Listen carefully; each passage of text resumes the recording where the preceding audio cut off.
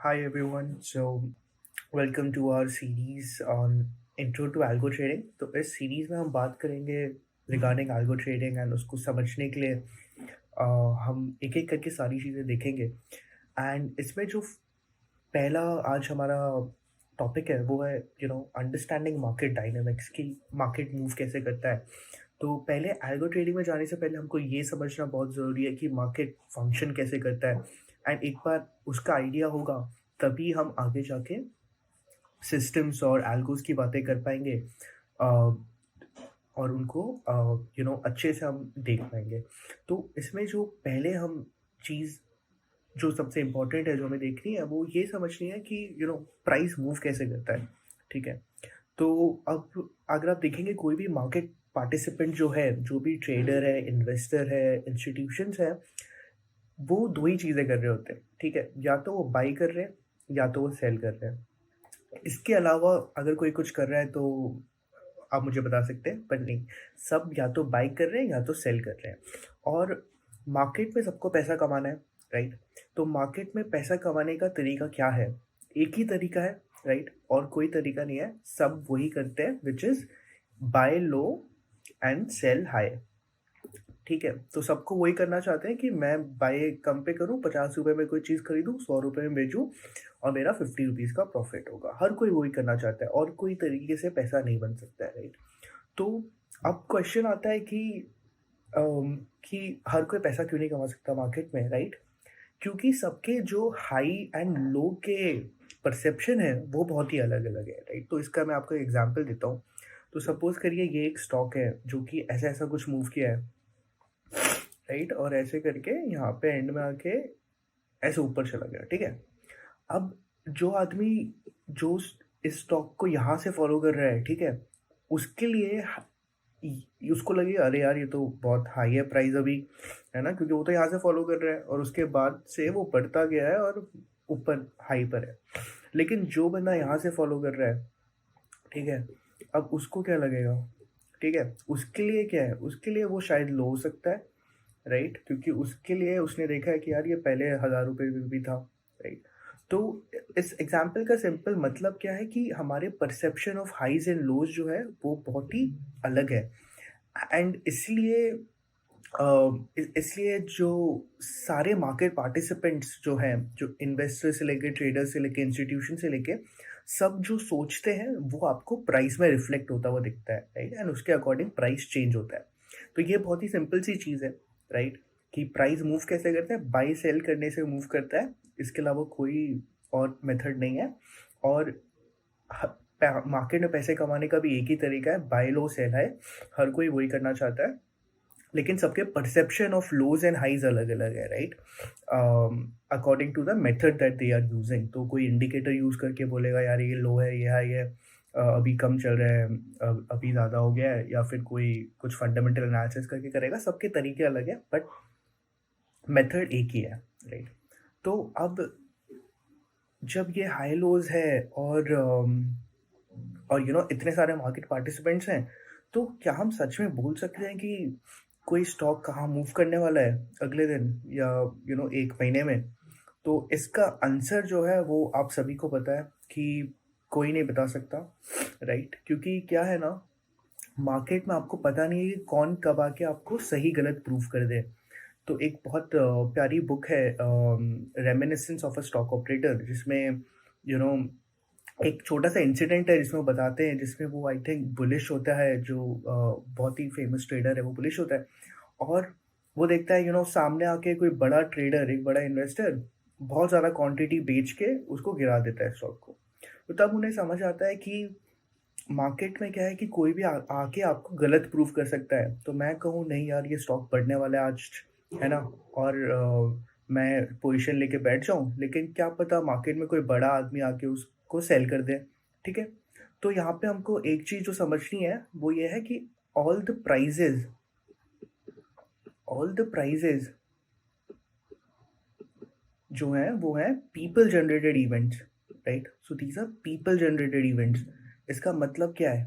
इसका मतलब ये है सिंपल कि बाई और सेल तो कोई दबा रहा है, पर वो बटन कौन दबा रहा है? एक ह्यूमन, एक पर्सन दबा रहा है, राइट? तो वो अपने सीट से बैठ के वहाँ पे बाई सेल दबा रहा है, उसकी वजह से प्राइस ऊपर नीचे हो रहा है। तो ये जो प्राइस है और उसका जो मूवमेंट है वो एक पर्सन जनरेटेड इवेंट है, राइट? एक आदमी उसे जनरेट कर रहा है, एक आदमी उसे क्रिएट कर रहा है, ठीक है? तो क्या हम उस बिहेवियर को बता सकते हैं कि कल आके कौन बाय या सेल करेगा, राइट? नहीं। जब तक वो हो नहीं जाता तब तक किसी को पता नहीं होता, राइट? इसलिए all the prices are people generated events, तो हम कह सकते हैं कि वो कहीं ना कहीं रैंडम है, राइट? रैंडम है मतलब कि अगर कल को मुकेश अंबानी आके रिलायंस के शेयर्स बेच दे, तो क्या रिलायंस का शेयर प्राइस गिरेगा नहीं, चाहे फंडामेंटल्स में कोई भी डिफरेंस ना हो, राइट? तो जो भी प्राइजेज हैं वो पर्सन जनरेटेड इवेंट्स हैं, एंड दैट्स वाई मोर और लेस ये रैंडम है, राइट? तो अब आप कहेंगे यार ये रैंडम इवेंट्स हैं, तो अब इससे मेरे को क्या फ़ायदा, ये रैंडम इवेंट्स का मैं क्या करूं, है ना? तो मेरे को कुछ पता ही नहीं है, तुम तो मेरे को डरा रहे हो, है ना? अब तो मैं कुछ कर ही नहीं सकता मार्केट में। लेकिन यहाँ पे आपको एक क्वेश्चन अपने आप से पूछना है कि यार क्या रैंडम आउटपुट्स एक कंसिस्टेंट कोई आपको एक कंसिस्टेंट रिटर्न्स दे सकते हैं, या फिर आपको कोई कंसिस्टेंट परफॉर्मेंस दे सकते हैं, राइट? तो काफ़ी लोगों को लगता है कि नहीं हो सकता, बट ऐसा नहीं है। रैंडम आउटपुट्स भी आपको कंसिस्टेंट रिटर्न्स दे सकते हैं, राइट? और इसका सिंपल एग्जांपल जो है वो मैं आपको दे दूं, तो आप सोचिए कसिनो, ठीक है? आप कसिनो में जो भी गेम खेलते हैं, ठीक है, ब्लैक जैक से लेके आपका रोलेट या पोकर, राइट? ये सारी जो गेम्स हैं ये कहीं ना कहीं रैंडम इवेंट्स हैं, राइट? किसी को नहीं पता अगला पत्ता कौन सा आने वाला है, रैंडम रैंडम पत्ते खुलते हैं, राइट? लेकिन तब भी कसिनो हमेशा जीतता है, राइट? तो जो भी लोग कसिनो के अगेंस्ट खेल रहे हैं, कसिनो हमेशा जीतता है, राइट? जबकि अगर आप कसिनो के माइंडसेट से सोचो तो जो भी वो गेम खेल रहे हैं उसका आउटपुट तो रैंडम है, क्योंकि पत्ते रैंडमली आने वाले हैं, राइट? लेकिन यहीं पे एक बात है कि एक एज के साथ, अगर आपके पास एक एज है, एक स्टैटिस्टिकल एज है, राइट? तो मैं उसको लिखूंगा यहाँ पे, एक स्टैटिस्टिकल एज है, राइट? तो आप रैंडम आउटपुट से भी आप कंसिस्टेंट रिटर्न्स बना सकते हैं, राइट? एंड ये स्टैटिस्टिकल एज यूजुअली कसिनो के साइड में होता है, जब प्लेयर्स उनके अगेंस्ट खेल रहे होते हैं, राइट? तो अब जो एक थॉट आता है कि अब हमें क्या करना चाहिए, ना कि एक नॉर्मल रिटेल ट्रेडर जो बंदा मार्केट में स्टार्ट कर रहा है उनको क्या करना चाहिए, तो उनको अपना माइंडसेट चेंज करना चाहिए, राइट? और they have to think like the casino, right? तो अगर आप एक स्टैटिस्टिकल एज के साथ सोचोगे तो आपको कंसिस्टेंट रिटर्न्स मिल सकते हैं, ठीक है? तो और यहाँ पे सबसे इम्पोर्टेंट बात क्या है ना कि जो भी ट्रेडर जो सोचता है कि नहीं यार रैंडम आउटपुट नहीं है, आज मैंने कहा बाय, तो आज तो मार्केट बढ़ना ही चाहिए, है ना? तो वो क्या करेगा, वो पोजीशन क्रिएट करेगा और वो बैठा रहेगा, क्योंकि उसने तो सोच रखा है रैंडम नहीं है, मेरी एनालिसिस 100% सही है, चाहे सामने कोई भी ट्रेडर इन्वेस्टर आके बड़ा सा बड़ा आदमी आके सेल करे, मेरे को फर्क नहीं पड़ता, मेरा एनालिसिस जो है 100% सही है, तो मैं यहाँ बाई करूँगा। और फिर क्या होगा, जब पोजीशन उसके अगेंस्ट जाएगी वो होल्ड करता रहेगा, क्योंकि उसे पूरा भरोसा है, और उसने यहाँ पे क्या अपना पूरा घर बेच के उसने अपना घर बेच के सारे पैसे यहाँ पे डाल दिए, ठीक है?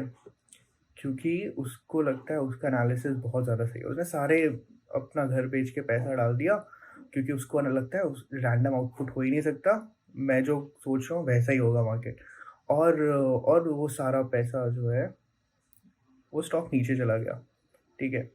तो क्यों? क्योंकि यहाँ पे आके किसी बड़े आदमी ने, आपसे बड़ा कोई ना कोई मार्केट में होता ही है, ठीक है, उसने उस दिन सोचा नहीं यार मेरे को शॉर्ट करना है, एंड ये रिजल्ट आया।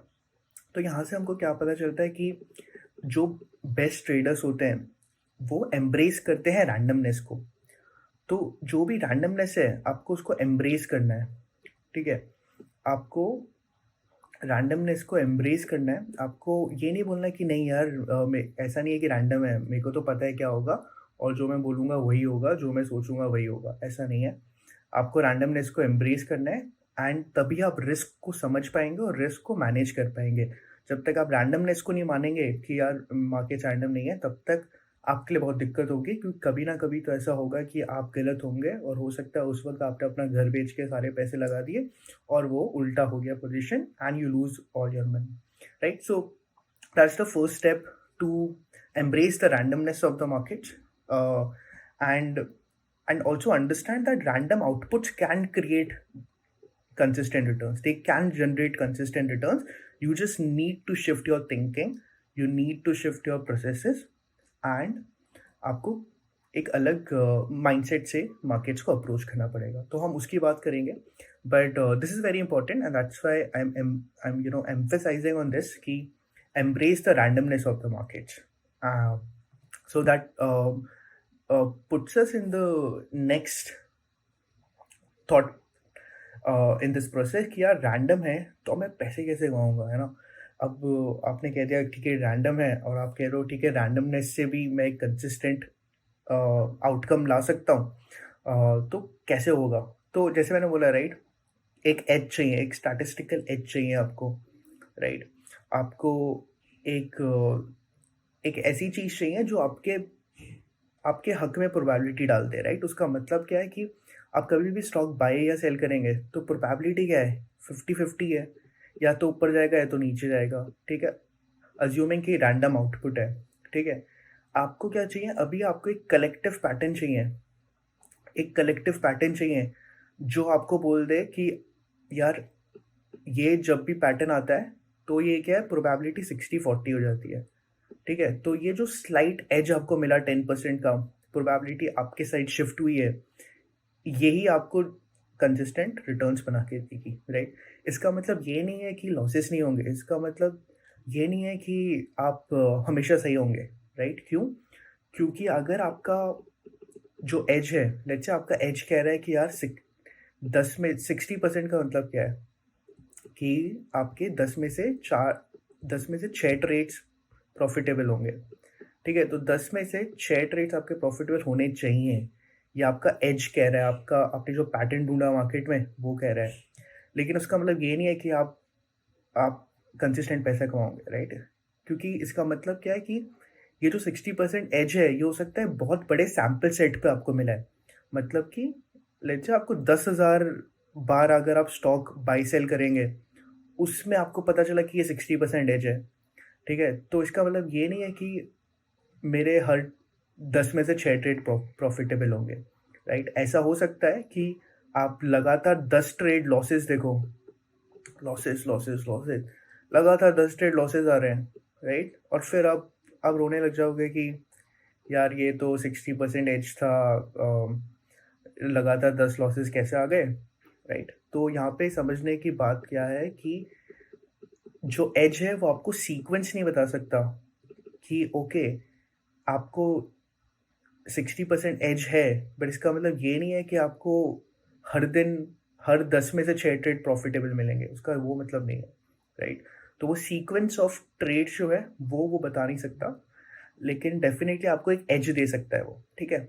तो अब ये कलेक्टिव पैटर्न्स क्या है, ये कलेक्टिव पैटर्न्स को कैसे ढूंढते हैं, वो हमको समझने की ज़रूरत है थोड़ी, राइट. तो कलेक्टिव पैटर्न्स कुछ भी हो सकता है. अब मैं सिंपल टर्म्स में बताऊं, जो लोग टेक्निकल एनालिसिस फॉलो करते हैं तो आप जानते होंगे कि हेड एंड शोल्डर करके एक पैटर्न बनता है ना. जहाँ पे हम कहते हैं कि यार बायर्स एक रेजिस्टेंस पे लेके गए और वहाँ से वापस ये उसका नेकलाइन होता है, और फिर ये नेकलाइन पे वापस सपोर्ट लिया, फिर बायर्स ने ट्राई किया एक और हाई बनाने का, वो हाई बना, और अगले वाले में जो थर्ड वाला है वापस ट्राई, मतलब न्यू हाई पे सेलिंग आई, वो वापस नेकलाइन पे आया, यहाँ से वो एक और हाई बनाने का ट्राई कर रहा है, लेकिन वहाँ पे भी सेलिंग आती है. तो यहाँ पे 3 बार हाई बनाने का ट्राई करता है, लेकिन सेलिंग वापस उसको नेकलाइन पे लेके आ जाती है. तो अगर ये यहाँ से गिरता है तो लोग शॉर्ट कर देते हैं, राइट. तो इसको कहते हैं हेड एंड शोल्डर्स पैटर्न. आप सर्च करेंगे, जिन लोगों को नहीं पता आप लोग सर्च करेंगे तो आपको ये मिल जाएगा. तो एक टेक्निकल पैटर्न है, लोग फॉलो करते हैं, ठीक है. ये भी एक आपको एज दे सकता है मार्केट में. तो ये एक एग्जाम्पल है एज का, ठीक है. तो वो एज आपके टेक्निकल एनालिसिस में हो सकता है, वो एज आपके फंडामेंटल एनालिसिस में हो सकता है, या वो एज आपके किसी भी टाइप के एनालिसिस में हो सकता है, sentiment analysis, anything, right. But या आपको कलेक्टिव पैटर्न ढूंढना है, राइट. कि उस वक्त उस टाइम जो सबसे ज़्यादा मार्केट पार्टिसिपेंट्स आके आपको उस डायरेक्शन में ले जाए, ठीक है? तो अभी ये जो हेड एंड शोल्डर है, इसमें ज़रूरी नहीं है कि यार हेड एंड शोल्डर बना अगली बार तो ये स्टॉक गिरेगा, क्योंकि आपको पता नहीं है कि कौन-सा वो ट्रेडर है, क्योंकि एज़ आई सेड राइट कि all prices are people generated events, right? तो उस दिन कौन आके वहाँ पे सेल करेगा और उसको उस सपोर्ट से गिराएगा ताकि और सेलर्स आके उसको और नीचे गिरा पाएँ, वो किसी को नहीं पता, राइट? क्या पता उस दिन जिस सेलर को आना था वो आया ही नहीं, उल्टा उसने बाई कर लिया और यहाँ से वो वापस ऊपर जा रहा है अब, ठीक है? तो आपके पास पैटर्न है, इसका मतलब ये नहीं है कि आपका आउटपुट रैंडम नहीं है। आपके पास पैटर्न है जो आपको एज दे रहा है, लेकिन स्टिल आउटपुट रैंडम है, ठीक है? तो ये समझने की बहुत ज़रूरत है कि आउटपुट रैंडम है। इवन अगर आपको एज मिल जाए, आपको कलेक्टिव पैटर्न मिल जाए, आउटपुट रैंडम है, ठीक है? लेकिन फ़ायदा क्या है फिर एज ढूँढने का कि आपके पास एक स्ट्रैटेजी है, राइट? तो एज ढूँढने का फ़ायदा ये रहता है कि आपके पास एक स्ट्रैटेजी आपको मिल जाती है कि ठीक है, मैं तभी ट्रेड ले रहा हूँ यार जब मेरा 60% एज है या मेरा 70% एज है या जो भी मेरा एज है। तो आप फिर आप तो अब आप कसिनो में वो आदमी नहीं हो जो जाके बस गेम खेल रहा है खेलने के लिए। अब आप वो आदमी हो जो गेम खेलने जा रहा है ये सोच के कि यार मैं जीतूँगा कैसे, है ना? तो ये एक थॉट प्रोसेस आपका शिफ्ट हो जाता है। ठीक है एंड इन्हीं पैटर्न्स को हम ढूँढते हैं थ्रू एल्गोज़। तो हमारे जो एल्गोज़ होते हैं, जो लोग एल्गोज़ बनाते हैं, ये एल्गोज़ डेटा के अंदर जाके राइट? तो वो डेटा के अंदर जाके पैटर्न्स ढूँढते हैं, जहाँ जो पैटर्न्स आपको आपको रिटर्न्स या एज बना के दे सकते हैं। तो वो आपके मॉडल्स बन जाते हैं, ठीक है? अब आगे क्या है, ठीक है? तो algo trading as I said right कि it's about finding these collective patterns models and उनको हम प्रीवियस हिस्टोरिकल डेटा पे टेस्ट करके देखते हैं कि यार हमारे पास कितना एज है मार्केट में, राइट? और जब भी ये पैटर्न होता है तो क्या प्रोबेबिलिटीज़ रहती हैं कि ट्रेड हमारे साइड में जाए, लेकिन स्टिल आउटपुट रैंडम है, ठीक है? तो अब या अब यहाँ पे एक बहुत अच्छा शर्लॉक होम्स का एक कोट है। Sherlock Holmes is one of the बहुत ही famous personality and detective minds, right? And इसमें आप ये समझेंगे तो इसमें क्या कह रहा है कि it's a capital mistake to theorise, right? To theorise before one has data, ठीक है? डेटा आने से पहले कुछ भी बोलना is a very big mistake, right? Insensibly one begins to twist facts, ठीक है? तो अब क्या आदमी क्या करता है कि वो फैक्ट्स ट्विस्ट करना चालू कर देता है, ठीक है? ताकि उसकी थ्योरी उन फैक्ट्स में मिल जाए, राइट? जबकि हमें उल्टा करना चाहिए, राइट? क्योंकि उससे क्या होता है आपका जो जजमेंट है वो बहुत बायस हो जाता है, राइट? इसका सिंपल एग्जांपल क्या है, तो ये शर्लॉक होम्स जब भी कोई मर्डर इन्वेस्टिगेट करते थे या जब भी कुछ नॉन ऑब्वियस सी चीज़ देखते थे, तो जो लोगों को दिखता था उनको उससे अलग चीज़ें समझ आती थी, राइट? तो जैसे एक बार एक मर्डर हुआ था एंड उस घर में कोई नहीं था, मर्डर में बस वो और उसकी काम वाली थी, ठीक है?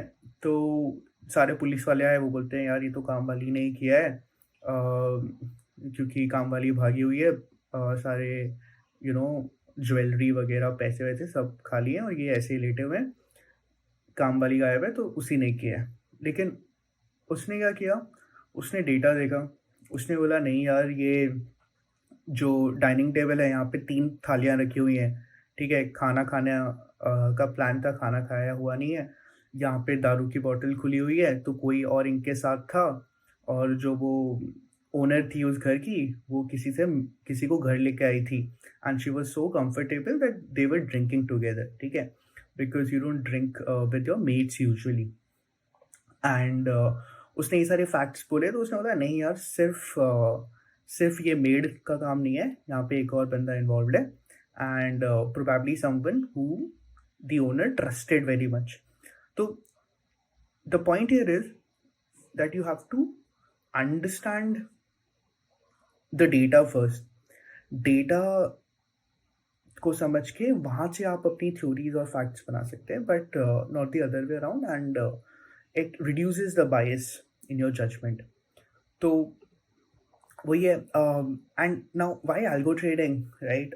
एज एन आप पैटर्न अपनी आंखों से भी ढूंढ सकते हैं चार्ट्स देख के या कोई और चीज़ करके. तो यस, आप कर सकते हो. बहुत सारे लोग वो ट्राई कर रहे हैं, राइट? एल्गो ट्रेडिंग के बेनिफिट्स क्या है कि इमोशंस इन्वॉल्व नहीं रहते. तो जब आपका डेटा आपको कह रहा है कि यार यहाँ पे एज है, यहाँ पे एक ट्रेड लेना चाहिए, आप तभी ले रहे हो. बीच ट्रेड में आपको ये सोचने की ज़रूरत नहीं है कि यार नहीं, ये तो और ज़्यादा, मतलब ये तो पक्का सही है, मैं इसमें कैपिटल डबल कर देता हूँ, कैपिटल ट्रिपल कर देता हूँ. डिस्क्रिशनरी ट्रेडिंग में ये सब होता है. आई थिंक हम सब ने वो एक्सपीरियंस किया हुआ है. हम कोई पोजीशन लेते हैं, वो हमारे अगेंस्ट जाती है, लेकिन हम बहुत श्योर हैं तो हम उस पर डबल ट्रिपल डाउन करेंगे, या you know some other thing which happens because of emotions. तो इमोशंस इन्वॉल्व नहीं है, तो आप एक बेटर डिसीजन मेकिंग फ्रेमवर्क बना सकते हो.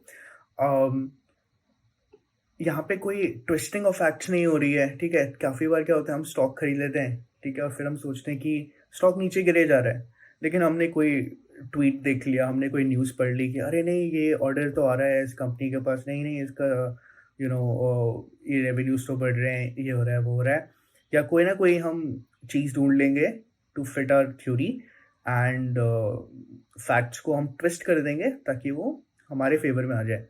तो यहाँ पे वो नहीं होता है.